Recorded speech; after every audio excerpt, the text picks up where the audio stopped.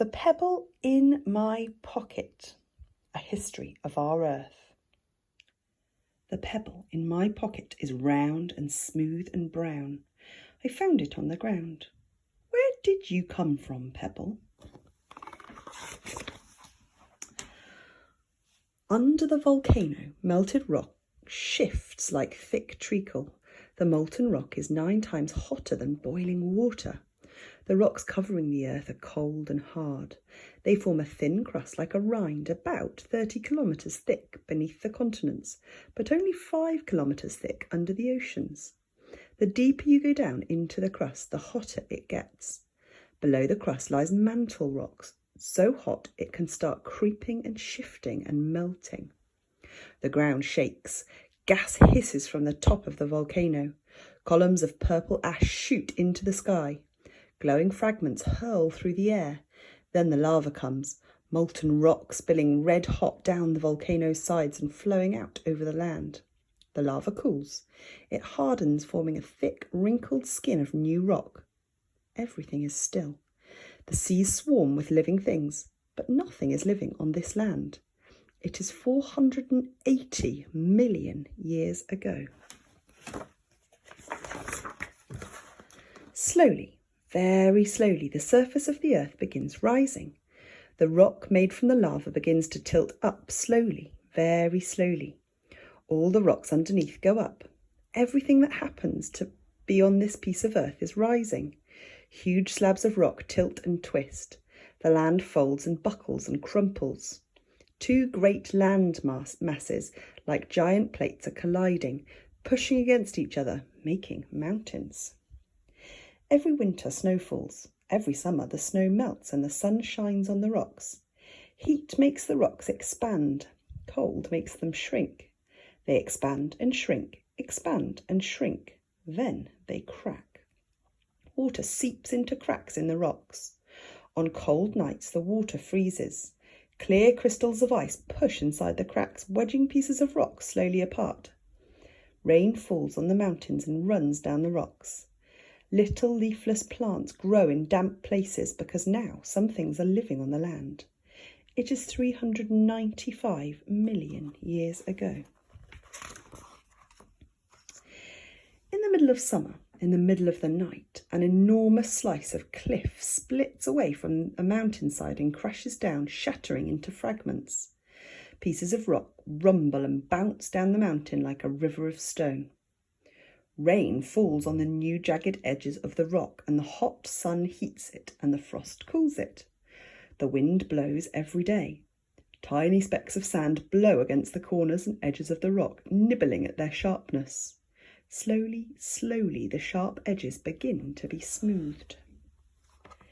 Everything on the surface of the earth is slowly being eroded and broken down into smaller and smaller pieces. Boulders powder into streaks of mud. Cliffs crumble to grains of sand. The tops of mountains disintegrate into pebbles. It has always happened. It will always happen. It's happening now. All that is needed is time and the weather. Worm-like creatures burrow into moss jungles and millipedes shelter under rock. It is 390 million years ago.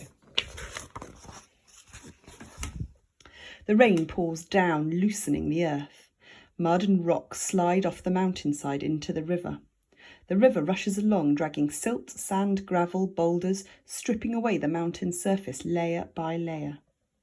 The river tumbles and rolls the rock, chipping edges, smoothing corners, rubbing it against other rocks. Gradually, the rock becomes rounder, smaller. The river widens, flowing brown and slow. The current nudges the rock past forests of ferns where spiders hide.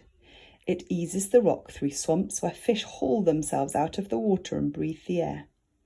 The rock travels for thousands and thousands of years. When it reaches the sea, it is smooth, round pebble. It's 375 million years ago. Boulders and rocks embedded deep in the soil of the mountain look like permanent residents. They aren't. They're just passing through, like everything else, all on the way to the bottom of the sea. The river drops the pebble onto a beach filled with other pebbles.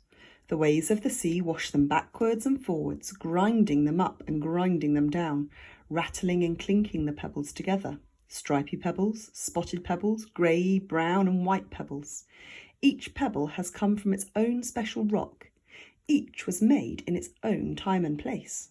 Shiny grains of sand settle between the pebbles. The sand fills the spaces like the mixture between pieces of fruit in a pudding. Slowly, the sea starts to flood the land. The sea covers the pebbles packed in their grains of sand. Gradually, the sand hardens, forming a new layer of rock, a conglomerate pudding stone rock. The sea covers the cliffs and drowns the mouth of the river and washes into the forests. It's 340 million years ago. Creatures swarm and slither in the warm sea. The tiny bodies of dead sea creatures drift down onto the seabed layer upon layer. Fine mud drifts down and sand. As each layer presses down, the layers beneath slowly harden and the particles cement together to form more rock. Layers of sedimentary rock under the sea. The surface of the earth begins to rise, lifting the layers of rock to make new land above the water. Club moss trees crowd in dank swamps and giant amphibians hunt among rotting wood and buzzing insects. But the pebble is still buried deep under the ground, beneath layers of sandstone and mudstone and limestone. It's 300 million years ago.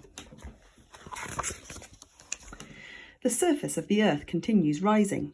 It goes up 1 metre every 2,000 years.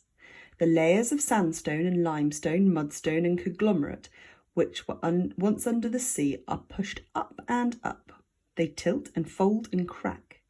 In 10 million years, they have risen 5,000 metres, and now there are seashells and the fossils of dead sea creatures on top of mountains.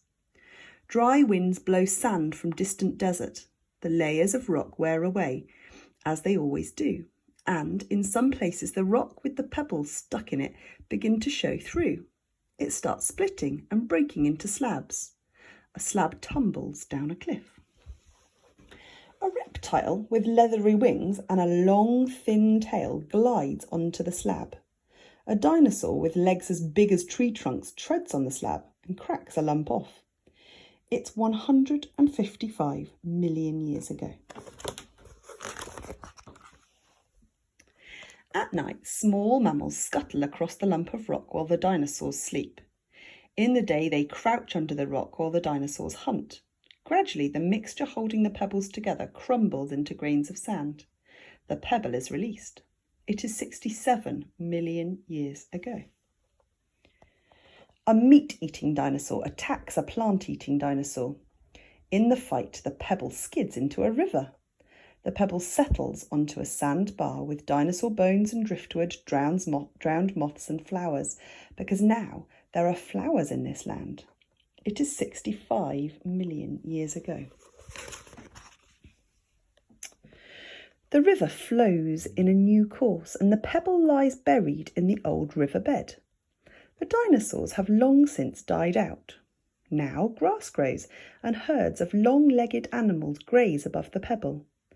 A furry, two-horned rodent pushes past the pebble in its burrow. It's 15 million years ago. The wind blows colder and colder. Snow falls. Blizzards blot out the light. The snow packs down layer on layer. Deep underneath the surface snow, the old snow turns into clear blue glacier ice. The glacier starts shifting, moving slowly downhill, grinding forwards, a monstrous river of ice scraping across the land, scouring out valleys, sculpting mountains. The glacier picks up and moves everything in its way. It picks up the pebble and freezes it deep in its icy blue depths. The glacier grinds on for thousands and thousands of years, roaring and groaning as the ice slides and shifts. Its surface is split with shadowy crevices. Gradually, the weather begins to warm and the glaciers begin to melt. The ice releases its grip. Boulders, rocks, pebbles, sand, gravel are all dropped on the ground, mixed together in a great jumbled heap. Old rocks, young rocks, rocks made under the sea and rocks formed under the crust of the earth, rocks from close by and rocks from far away, all lie on top of each other. Everything has been moved from where it used to be. Mammoths lumber past. A baby mammoth treads on the pebble, pushing it deep into the heap of stone. It is 1,000,000 years ago.